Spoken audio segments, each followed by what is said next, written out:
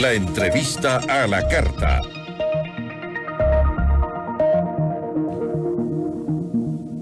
Estaba previsto que nos acompañe en esta entrevista el ministro de Finanzas, Pablo Arosemena, pero nos anunció a última hora que no podía asistir y está con nosotros en este momento el viceministro Daniel Lemus. Viceministro, gracias por estar con nosotros. Buenas tardes. Hola Gisela, muy buenas tardes, gracias por la invitación. No, muchísimas gracias a usted.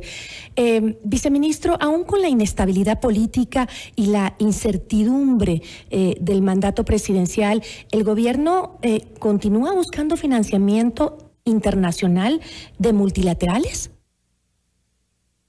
Sí, a ver, esto hay que separarlo. Existe una programación respecto a los financiamientos que necesitamos para lo que corresponde al año 2023. Y ese escenario de financiamientos, debido pues a la inestabilidad política causada principalmente desde la Asamblea Nacional, pues impedía de que la emisión de bonos soberanos sea una opción. Entonces, siempre ese escenario de financiamiento fue hecho muy de la mano con multilaterales, o sea, cercanos multilaterales. Nuestras fuentes de financiamiento están identificadas, vienen principalmente de deuda interna la mitad, deuda externa la otra mitad, pero con organismos multilaterales. Entonces, esas fuentes de financiamiento no se ven afectadas por el escenario actual. No se ven afectadas. Está tal vez esta incertidumbre, ¿a cuántos puntos ha elevado el riesgo país? Bueno, eso sí lo podemos ver, es un tema diferente. Si yo quisiera en este momento salir con deuda soberana, emitir bonos, estamos hablando de que tengo como base 20% en este momento, estoy como 1.900 y pico de puntos, más lo que sea la tasa de libre de riesgo, estamos hablando como tendría que salir con un endeudamiento del 25%, lo cual a efectos prácticos significa que esa sí es definitivamente una puerta que se encuentra cerrada. Y es una lástima porque obviamente es un tipo de crédito que viene sin ninguna clase de destino específico. Con multilaterales hay muy buena parte de los créditos que vienen para obras específicas, es decir, proyectos de infraestructura, cierto tipo de cosas, y vienen única y exclusivamente en ese fin. En cambio, cuando estamos hablando de estos bonos soberanos, son de apoyo presupuestario y pueden servir para una diversidad de cosas. Sí da más flexibilidad en ese sentido esa opción, y esa es una opción definitivamente cerrada, ¿no? Obviamente, como Ministerio de Finanzas, como gobierno, pues han tomado las medidas pues para mitigar esa clase de riesgos en el tema. Ahora, para poder seguir levantando recursos, por ejemplo, para atender los temas que han tenido que ver con emergencias, con las lluvias, se han podido activar asimismo a través de multilaterales líneas contingentes, ¿no? Y eso sí es algo, pues, por supuesto, que nos está ayudando pues para poder atender las necesidades que existen en este momento. Viceministro, estaba leyendo que el banco suizo Credit Suisse International anunció una oferta de compra por 800 millones pagaderos en efectivo de varios tramos del bonos soberanos de la deuda externa de Ecuador. La compra de bonos, de acuerdo con la nota publicada por Credit Suisse, se realizará a través de una subasta holandesa o subasta inversa, en la que el subastador de los papeles ofrece un precio y el comprador hace una oferta a la baja hasta llegar a un acuerdo. ¿Ha aceptado Ecuador esta oferta? A ver, esta es una oferta totalmente privada de Credit Suisse, ¿no? La República del Ecuador no participa para nada en eso, entonces no tenemos nada que aceptar, digamos, en esa operación. Es un tema privado de Credit Suisse. Lo hace Credit Suisse no por orden de la República del Ecuador. ¿Cómo funciona esto? Bueno, es un banco de inversión, ¿no? Los bancos de inversiones pues pueden salir y comprar papeles que ellos consideren atractivos de comprar, y es lo que está haciendo ¿Qué Credit papeles Suisse serían en los este que momento, compraría? A la nota de prensa. Bueno, realmente esto habría que preguntarle a Credit Suisse, pero lo que ha publicado, ¿no?, es que va a comprar papeles 2030, 2035 y 2040 de Ecuador. No le está comprando Ecuador, no es Ecuador el que está comprando eso, es Credit Suisse, es una operación de ellos, y lo que le estoy diciendo es exactamente lo que está publicado en la nota de prensa de ellos.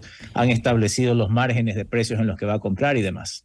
Incluso tenemos una nota del Expreso que dice: Ecuador aprovecha alto riesgo país para recomprar deuda a través de Credit Suisse.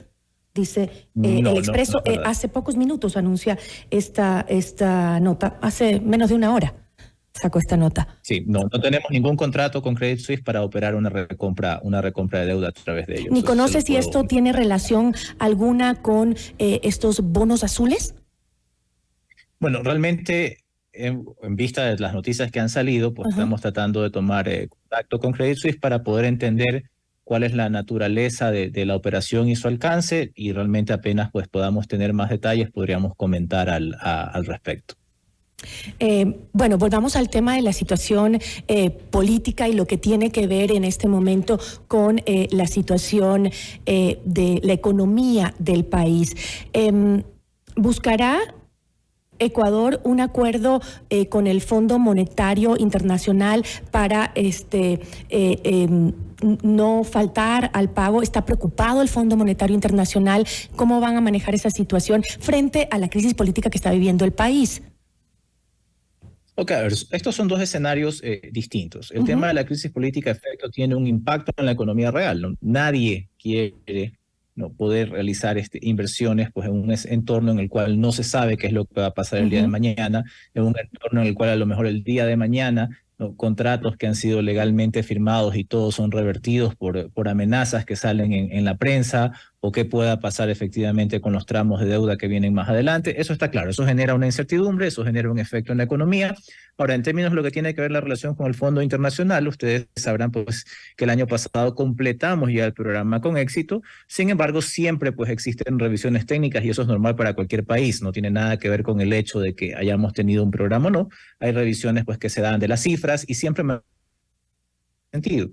Ahora, respecto de si hubieran necesidades extraordinarias de financiamiento o producto de una desaceleración económica, producto de una caída en los precios del petróleo, pues existe esa apertura, ¿no? No existe nada concreto, no se ha hablado, no hay ninguna carta de intención que se haya enviado al Fondo Monetario para solicitar un financiamiento, pero siempre van a ser opciones sobre la mesa el acudir a los multilaterales. Como insistí hace un momento, es nuestra primera paso, el primer sitio al cual iríamos nosotros, dadas las condiciones de mercado que tenemos en este momento. Pero concretamente, en este momento no existe un acuerdo en marcha, ni existe una carta de intención que haya sido mandada al Fondo Monetario Internacional. Entiendo que inversores internacionales están a la espera de ver cómo se resuelve el juicio político en contra del presidente Guillermo Lasso. ¿Cuánto eleva esto los intereses con los que Ecuador puede acceder a financiamientos? Bueno, pongamos un escenario base, ¿no? Antes de que inicie todo este ciclo de inestabilidad política generada artificialmente, estamos hablando de junio del año pasado, el riesgo país iba a la baja y en ese momento se encontraba alrededor de 800 puntos, ¿no? Entonces, de ahí ha ido subido 1000, antes de todo el tema de la consulta popular, las discusiones sobre el juicio político, se elevó a más de 1900 puntos, ¿no? Entonces, todo ese componente tiene que ver con luego una bajó a inestabilidad 1888, ¿no? Exactamente. O sea, hay variaciones, la variación diaria es un tema realmente que es difícil decir por qué bajó hoy día 50 y por qué mañana sube 20. No hablemos de las grandes tendencias respecto al riesgo país, ¿no? Entonces, existe un componente ahí. Los inversionistas, obviamente, lo que ellos quieren es estabilidad, ¿no?, solidez en las instituciones democráticas, de que Ecuador sea un país que cumple su palabra, cumple sus obligaciones y tiene un manejo responsable de su economía, no solamente hacia ellos, sino hacia la interna del país. Y fíjese usted de que en el acuerdo anterior que había con el Fondo Monetario, uno de los grandes temas que habían ahí era el tema de poder aumentar la cobertura de bonos sociales, por ejemplo, ¿no? Entonces, esos son temas siempre que están sobre la mesa y son importantes porque son efectivamente cuestiones que afectan a la gobernabilidad, ¿no? Esos son cosas que debe cumplir el país y lo estamos haciendo definitivamente.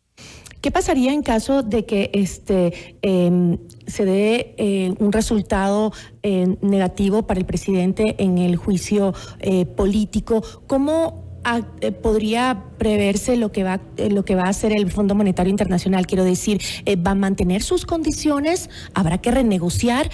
¿Qué podría pasar ahí si el presidente es destituido? A ver, dos cosas. Ese escenario no lo tiene sobre la mesa el gobierno nacional, un escenario en el cual pierde el juicio político debido a pues, que no tiene ningún sustento ni ningún sentido. Pero es importante decir lo que tiene que ver relación con el Fondo Monetario Internacional. No existe actualmente un programa, entonces no puede hablarse de una renegociación de absolutamente nada porque no hay un programa de por medio y los créditos que fueron tomados anteriormente son créditos que ya tienen sus condiciones. Lo que sí hay, obviamente, es una apertura de todos los multilaterales pues, a seguir apoyando en Ecuador en torno a sus necesidades. Y por supuesto, eso es algo que está sobre la mesa, pues siempre que exista un entorno no favorable a hacer las cosas de manera responsable. JP Morgan dice que una de las soluciones es también reestructurar la deuda con China, aunque dice esta tarea quedaría para el siguiente gobierno por los plazos. Sin embargo, ¿pedirá este gobierno, el de Guillermo Lasso, más financiamiento a China? No está considerado un financiamiento de China. Ahora, en términos de deuda, aquí lo que manda son las condiciones. Si las condiciones son favorables por el país, son países ¿no? que no tienen ningún problema de sanciones, ningún problema legal ni nada, siempre van a ser socios del Ecuador en ese término.